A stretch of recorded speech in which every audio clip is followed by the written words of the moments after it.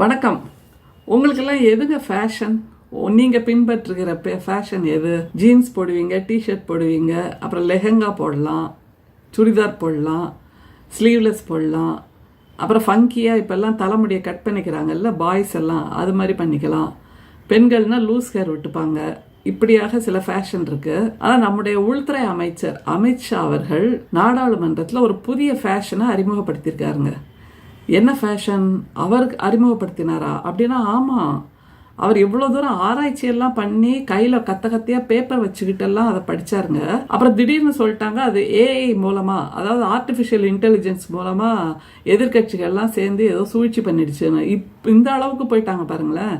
நாடாளுமன்றத்தில் பேசினா கூட அது தான் இல்லை, ஏஐ மூலமாக ஏதோ பண்ணுறாங்க எதிர்கட்சி அப்படிங்கிற அளவுக்கு நம்ம இந்தியாவை டிஜிட்டல் இந்தியாவாக மாற்றிட்டாங்க எதிர்கட்சியெல்லாம் சேர்ந்துன்னு உள்துறை அமைச்சர் சொல்கிறாரு. சரி, அது ஒரு பக்கம் இருக்கட்டும். அவர் சொன்னார்ல புதுசாக ஒரு ஃபேஷன் உருவாக்கியிருக்காங்க அப்படின்னு. என்னன்னா அம்பேத்கர் அம்பேத்கர் அம்பேத்கர் அப்படின்னு சொல்கிறது ஒரு புது ஃபேஷனாக இருக்குது. அதனால் நீங்கள் அம்பேத்கர் அம்பேத்கர் அம்பேத்கர் அம்பேத்கர் அம்பேத்கர்னு சொல்கிறதுக்கு பதிலாக ஏதாவது சாமி பேரையோ கடவுள் பேரையோ சொன்னீங்கன்னா போகிற இடத்துக்கு புண்ணியம் கிடைக்கும் அப்படின்னு ஒரு வார்த்தையை சொன்னாருங்க. அதுக்கு நம்முடைய மாண்புமிகு திராவிட மாடல் முதல்வர் மிகச்சரியாக எதிர்வினை ஆற்றி இருக்கிறார். நம்முடைய திராவிட மாடல் முதல்வர் என்ன தெரியுமா சொன்னார்?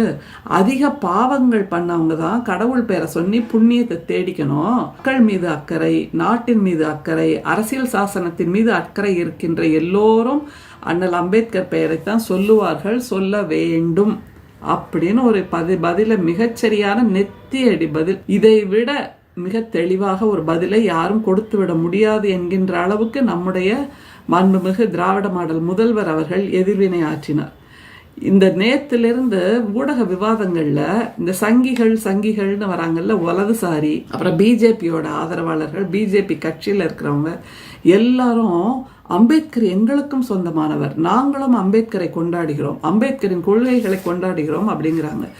திரும்ப திரும்ப நம்ம சொல்றதே இது ஒரு விஷயம்தான். ஒவ்வொரு மாநிலத்திலையும் அல்லது இந்தியாவுக்காக சமூகத்தில் பங்களிப்பு செய்த தலைவர்கள் யார், கவிஞர்கள் யார், பேச்சாளர்கள் யார், சிந்தனையாளர்கள் யார், படைப்பாளர்கள் யார் இப்படின்னு பார்த்து பார்த்து அவங்க எல்லாரையும் திருடிக்கிறதான் பிஜேபியோட ஒற்றை வேலை அப்படிங்கிறத நம்ம நிறைய முறை சொல்லியிருக்கோம். வள்ளுவர் சொல்கின்ற பிறப்போக்கும் எல்லா உயிர்க்கும்ங்கிற தத்துவத்தில் அவங்களுக்கு நம்பிக்கை கிடையாது. ஆனால் வள்ளுவர் எங்களை சார்ந்தவர்னு காவி உடைய போட்டு பூணலை போட்டுருவாங்க.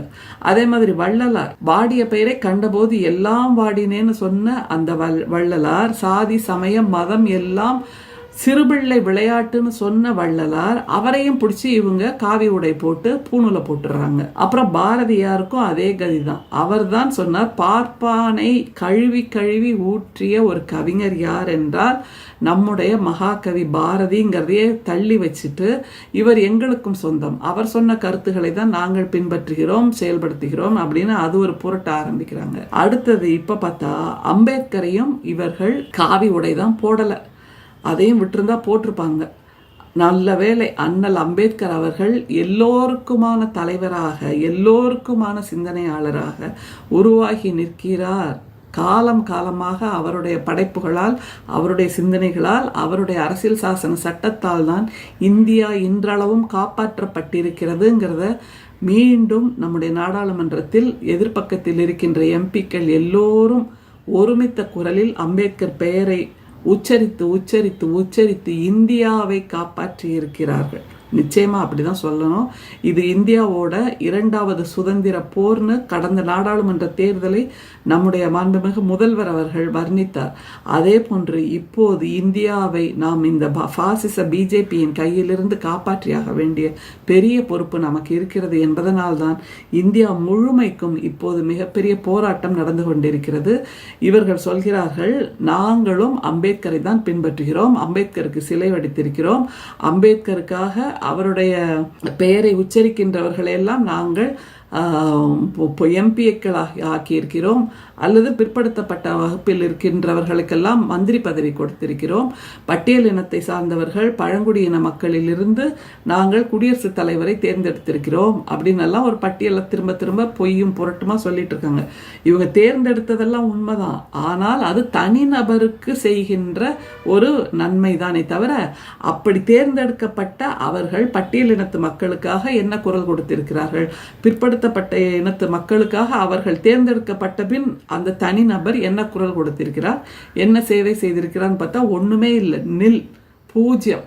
ஏன்னா இவர்கள் கொடுத்த அந்த பதவி சுகம், அது கொடுக்கின்ற அந்த வசதி வாய்ப்புகள், இதற்காக தங்களுடைய நவத்வாரங்களை மூடிக்கொண்டு அடிமை பத்திரம் எழுதி கொடுத்தால்தான் நீங்க அங்க பதவியில இருக்க முடியுங்கிறது அவங்களுக்கு நல்லா தெரியும். அதனால என்ன அவமானம் நேர்ந்தாலும் புதிய நாடாளுமன்ற திறப்பு விழாவுக்கு உங்களை அழைக்க மாட்டோம், சரியா, நானே ஒரு கடிதம் எழுதி கொடுத்துறேன், எனக்கு அதில் என்னை விட பிரதமர் அதை திறந்து வைப்பதான் உசிதமானது, நானே எழுதி கொடுத்துட்றேன் அப்படின்னு ஒரு கடிதம் எழுதிடுவாங்க. அப்புறம் ராமர் கோயிலுக்கும் நீ வரக்கூடாது அப்படின்னு சொல்லுவாங்க. அப்புறம் ராமர் கோயிலுக்கு கொஞ்ச நாள் கழிச்சு இவங்க போனா பின்னாடி ஒரு திரையை கட்டி ராமருக்கு வழிபாடு செய்யற மாதிரி ஒரு போட்டோ வெளியிட்டுருவாங்க. இப்படி எல்லா இடத்திலும் அவர்கள் தங்களுடைய பழங்குடியின மக்களுக்கு துரோகம் செய்தாலும் கூட அதை பற்றி எந்த கேள்வியும் இல்லாமல் அப்படியே பதவிக்காக இருப்பது என்பதுதான் இந்த தனிநபர்கள் செய்கின்ற ஒரு விஷயம். ஆனால் நம்முடைய அண்ணல் அம்பேத்கர் ஒட்டுமொத்த சமூகத்தையும் அல்லவா அவர் முன்னேற்றினார். அவர் கொடுத்த அந்த அரசியல் சாசன சட்டத்தால் தான் இன்றைக்கும் பிஜேபி சொல்லுகிறது அல்லவா இந்துக்கள் என்று, பிரம்மனின் முகத்தில் பிறந்தவர்கள் என்று. அவர்களை தவிர மற்றவர்கள் எல்லோரும் தோளில் பிறந்தவர்கள், தொடையில் பிறந்தவர்கள், காலில் பிறந்தவர்கள், காலுக்கு கீழே பிறந்தவர்கள் என்பதான அந்த படிமத்தில் இருக்கின்ற மற்ற அத்தனை பேருக்கும் ஒரு பொருளாதார சுதந்திரத்தையும் சமூக சுதந்திரத்தையும் கொடுத்து அவர்களையும் நாடாளுமன்றத்திற்குள் அனுப்பி வைத்தது எது என்றால் நம்முடைய அண்ணல் அம்பேத்கர் உருவாக்கி இருக்கின்ற அந்த அரசியலமைப்பு சட்டம்தான் என்பதை யாரும் மறுத்துவிடவே முடியாது.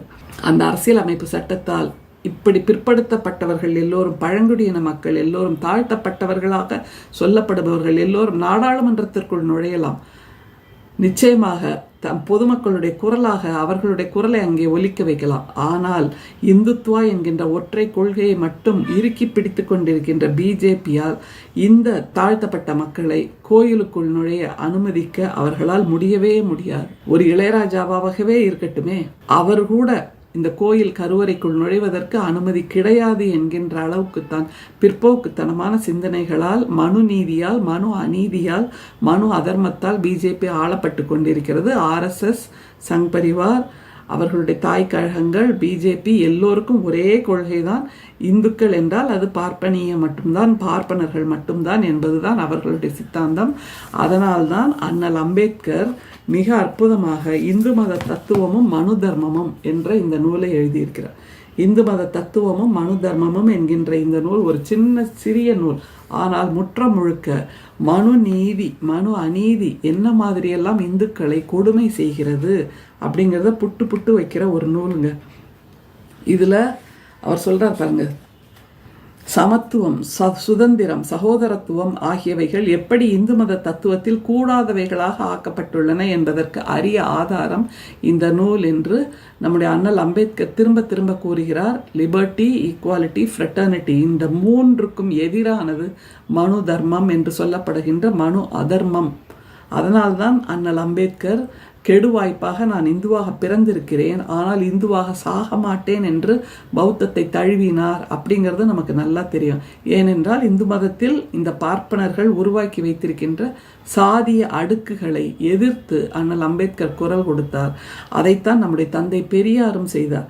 தந்தை பெரியார் தென்னாட்டில் மனு தர்மத்தை கொளுத்தினார் என்றால் வடநாட்டில் அண்ணல் அம்பேத்கர் மனு தர்மத்தை கொளுத்தினார் என்பது வரலாறு. அப்படிப்பட்ட வரலாற்றை பூசி மெழுகி எங்களுக்கும் அண்ணல் அம்பேத்கர் முக்கியம்தான், நாங்களும் அண்ணல் அம்பேத்கரை போற்றுகிறோம்னு இவங்க பேசுகிறாங்களே, எப்படிங்க முடியும்? வட துருவமும் தென் துருவமும் எப்படி ஒன்றாக இருக்க முடியும்? எண்ணெயும் தண்ணீரும் எப்படி ஒன்றாக இருக்க முடியும்? அப்படிங்கிறதான் நம்மளோட ஒரே கேள்வி. சமத்துவமின்மையை வாழ்வின் ஜீவசக்தியாக்கினார் அப்படிங்கிறதான் மனு தர்மம் சொல்லுகின்ற தத்துவம் என்று நம்முடைய அண்ணல் அம்பேத்கர் சொல்கிறார். சமத்துவமின்மையை வாழ்வின் ஜீவநதியாக்கினார் மனு என்பது அண்ணல் அம்பேத்கர் சொல்லுகின்ற கூற்று. இதுல மிக முக்கியமா நிந்தனை குற்றம்னு ஒரு சாப்டர் எழுதியிருக்காருங்க அண்ணல் அம்பேத்கர். நிந்தனை குற்றம் என்று மனு அதர்மத்திலிருந்து எடுத்து எழுதுகிறார். அதுல விதிக்கக்கூடிய அந்த தண்டனைகள் இருக்குல்ல, சாப்டர் 8.270 ஆரம்பிச்சு 8.283 வரைக்கும் இருக்கக்கூடிய அந்த தண்டனைகளை படித்தால் மனசு ஐயோ ஐயோ ஐயோ இப்படி கூட கொடுமையா இருக்க முடியுமா அப்படின்னு பதறுது. இதுல முழுக்க அந்த மனு அதர்மத்துல சொல்லப்படுது என்னன்னா, மனு என்கின்ற அந்த முனிவர் சுயம்புவாக தோன்றினார், பிரம்மன் சுயம்புவாக தோன்றினார். இவங்க எல்லாம் சுயம்புவா தோன்றி தோன்றி தோன்றி மக்களுக்கான நீதி சட்டங்களாக இதையெல்லாம் உருவாக்கி வைக்கிறாங்க. நம்மளோட கேள்வி ஒண்ணுதான், நீங்க சுயம்புவா உருவாகுங்க, இல்ல கடவுளுக்கு குழந்தையா வாங்க, அம்மா அப்பாவுக்கு பிறக்காம இருங்க, எங்களுக்கு அதை பத்தி எல்லாம் கவலை இல்லை. நீங்க ஏதாவது சட்டம் சொல்லணும்னா உங்களுடைய பார்ப்பனர்களுக்கு மட்டும் சொல்லிட்டு போங்க. மனு அதர்மத்தில் மற்ற 3 சாதியினர்னு நீங்க சொல்ற அந்த இனத்தை பற்றி வர்ணத்தை பற்றி உங்களுக்கு சொல்வதற்கு என்ன உரிமை இருக்கிறது, அதை யார் உங்களுக்கு கொடுத்தார்கள் அப்படிங்கிறதான நம்மளோட கேள்வி. சூத்திரங்கிறீங்க, வைசியருங்கிறீங்க, சத்திரியருங்கிறீங்க, இந்த 3 வர்ணத்தாரும் எப்படி வாழ வேண்டும், எப்படி சாப்பிட வேண்டும், எப்படி உடை உடுத்த வேண்டும், எப்படி பெயர் வச்சுக்கணும், இதுக்கெல்லாம் கூட கட்டளையிடுற உரிமையை உங்களுக்கு யார் கொடுத்தார்? நீங்க பார்ப்பனர்களுக்கு என்ன வேணா கட்டளை போட்டுக்கோங்க, எங்களுக்கு அதை பத்தி கவலை இல்லை. பார்ப்பன பெண்கள் வேதம் ஓதக்கூடாதுன்னு மனு அதர்மத்துல சொல்லப்பட்டிருக்கு. சூத்திரர்கள் அல்லது பார்ப்பன பெண்கள் இவர்களுக்கெல்லாம் வேதம் ஓதக்கூடாதுங்கிறத அவங்க சொல்றாங்க. இதையெல்லாம் எதிர்த்து தானே அண்ணல் அம்பேத்கர் நம்முடைய அரசியலமைப்பு சட்டத்தை உருவாக்கினார். அப்படிங்கும்போது இந்த நிந்தனை குற்றம், சூத்திரன் 2 பிறப்பாளரை கடுஞ்சொற்களால் நிந்தித்தால் அவன் நாக்கை அறுத்தல் வேண்டும், ஏனென்றால் பிரம்மனின் கீழான பாகத்தில் பிறந்தவன் அவன் அப்படிங்கிறாங்க. எதற்கெடுத்தால் நாக்க அறுத்துடு, கண்ணை தோண்டிடு, கைகாலை வெட்டிடு, இதுதான் இவங்க சொல்ற தண்டனைகள். அதே இது பார்ப்பனர் ஏதாவது தவறு செய்தால் அவருக்கு எந்த தண்டனையும் கொடுக்க கூடாது. உச்சபட்சமான தண்டனை எது என்றால் அவரை மொட்டை அடித்து விட வேண்டும். அது ஒண்ணுதான் பார்ப்பனர்களுக்கான தண்டனையாக மனு சொல்கிறது என்பதை நீங்கள் மறந்துவிடக் கூடாது. இதுல இன்னொன்னுக்கு பாருங்களேன், பிராமணனே இந்த உலகை படைத்தவன் என இதன் வாயிலாக அறிவிக்கப்படுகிறது. தண்டிப்பவனாகவும் ஆசிரியனாகவும் இருந்து எல்லா உயிர்களுக்கும் புரவலனாக விளங்குபவனாதலால் அவனை எடுத்தறிந்து பேசுதலும் பழித்துரைத்தலும் ஆகாது அப்படின்ட்டு மனு சொல்கிறார். எவ்வளோ பெரிய நீதியை சொல்றார் பாருங்க. அடுத்தது, எந்த பாவத்தை செய்த போதிலும் பிராமணனை அரசன் கொல்லக்கூடாது.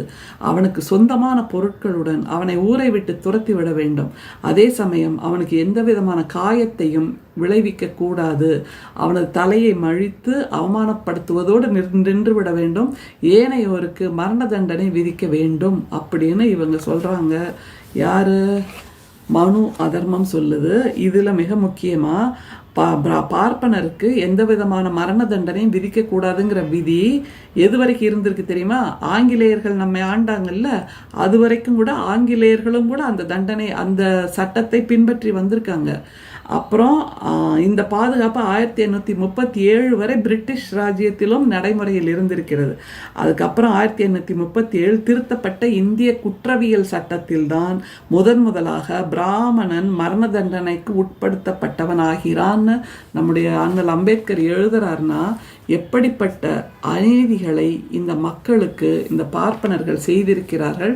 அவர்களிடமிருந்தெல்லாம் நம்மை காப்பாற்றுவதற்காக அரசியலமைப்பு சட்டத்தை உருவாக்கி கொடுத்தவர் அண்ணல் அம்பேத்கர் என்பதனை யாரும் மறுத்துவிட முடியாது. அவருக்கு ஒரு இழுக்கு என்றால் நாம் அத்தனை பேரும் ஒருங்கே குரல் எழுப்பி அவருடைய பெருமையை மீண்டும் மீண்டும் உரக்க பேச வேண்டும்.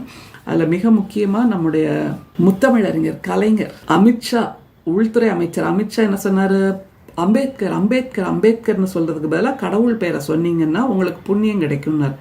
நம்முடைய முத்தமிழறிஞர் கலைஞர் அம்பேத்கரை பற்றி எழுதிய ஒரு கவிதை, போர்க்கொடி உயர்த்தி புயலாய் சீறி பூகம்பமாய் குலுங்கி புரட்சி செய்த புதிய புத்தன் தான் அம்பேத்கர் என்று கலைஞர் எழுதுகிறார்.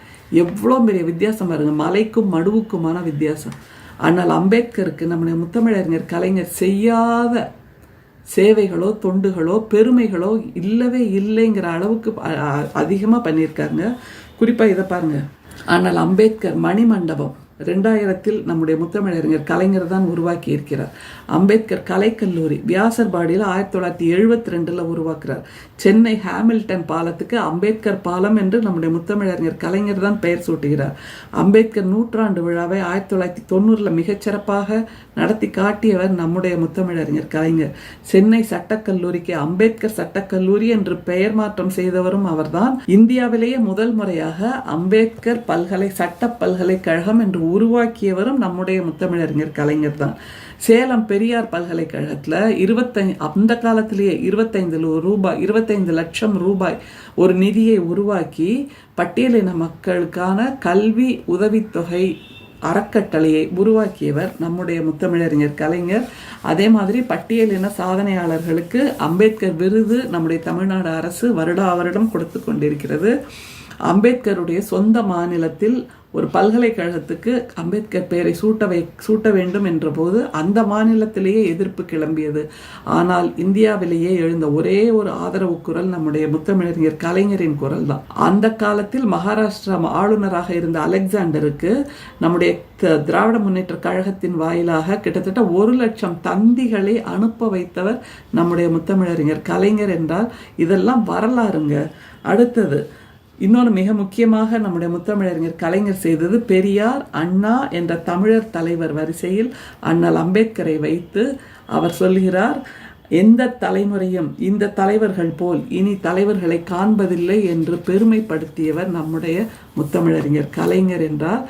தமிழ்நாடு எப்போதும் அண்ணல் அம்பேத்கரை கொண்டாடியது, இப்போதும் கொண்டாடி கொண்டிருக்கிறது. நம்முடைய தந்தை பெரியார், முத்தமிழறிஞர் கலைஞர், நம்முடைய திராவிட மாடல் முதல்வர் என்று எல்லோரும் தந்தை பெரியாரை, அவருடைய சிந்தனைகளை, அவருடைய கொள்கைகளை நடைமுறைப்படுத்தியது தான் தமிழ்நாட்டின் சிறப்பு.